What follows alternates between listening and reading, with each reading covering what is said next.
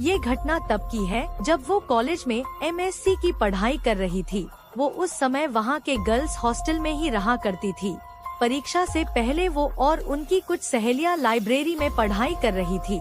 पढ़ाई करते हुए रात के 12:30 बज चुके थे। उस लाइब्रेरी में वो केवल 6 लड़कियां ही थी।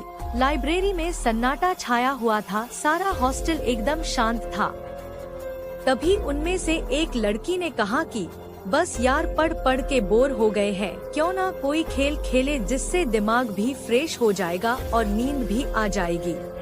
सब उसकी बात से सहमत हो गए। उनमें से एक लड़की जिसका नाम पूजा था बोली कि चलो हम सब किसी आत्मा से बात करते हैं। ये सब कहकर वो अपने कमरे में गई और उइजा बोर्ड लेकर आई जिस पर A to Z तक अल्फाबेट, 0 से 9 तक नंबर और किनारों पर यस और नो लिखा था। पूजा ने बोर्ड के चारों किनारों पर 4 मोमबत्तियां जलाई और फिर लाइब्रेरी की सारी लाइट बंद कर दी। फिर उसने सिक्का बोर्ड के बीच में रख दिया। उनमें से 2 लड़कियां तो डर के मारे अपने कमरे में चली गई और बाकी चारों ने उस सिक्के पर एक एक अंगुली रख दी। फिर पूजा ने कहा कि कोई डरना मत और यहाँ से उठना मत, वरना आत्मा नाराज हो जाएगी। अब पूजा बोलने लगी, अगर यहाँ पर कोई आत्मा है तो प्लीज हमसे बात करो। लाइब्रेरी में अजीब सा सन्नाटा और अंधेरा छाया हुआ था। अचानक लाइब्रेरी में कहीं से कुछ आवाज आई। उन्होंने सोचा शायद कोई किताब गिरी होगी। उसी समय सिक्का हिला और जसमीत दीदी ने पूछा, क्या यहाँ पर कोई आत्मा है?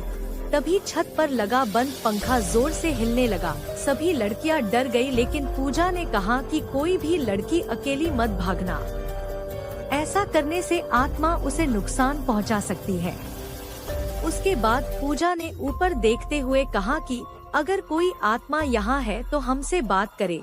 कुछ देर तक सन्नाटा रहा और अचानक सारी मोमबत्तियां बुझ गई और लाइब्रेरी से कदमों की ठक ठक की आवाज आने लगी। सभी लड़कियां डर के मारे भाग गई, लेकिन जसमीत दीदी पीछे रह गई और उनसे दरवाजा नहीं खुल रहा था। अचानक उन्हें लगा कि कोई उन्हें पीछे की तरफ खींच रहा है। वो जोर जोर से रोने और चिल्लाने लगी। उनकी आवाज सुनकर हॉस्टल की सारी लड़कियां जाग गई और उठकर लाइब्रेरी की तरफ दौड़ी। हॉस्टल वार्डन और सभी लड़कियों ने मिलकर दरवाजा खोला और दीदी को बाहर निकाला। इस घटना के बाद उन्हें आज तक लाइब्रेरी के डरावने सपने आते हैं और वो आज तक उस घटना को नहीं भूली। तो दोस्तों, मेरी दीदी के अनुभव को देखकर मुझे ये लगा कि कभी भी किसी आत्मा या प्रेत को परेशान नहीं करना चाहिए।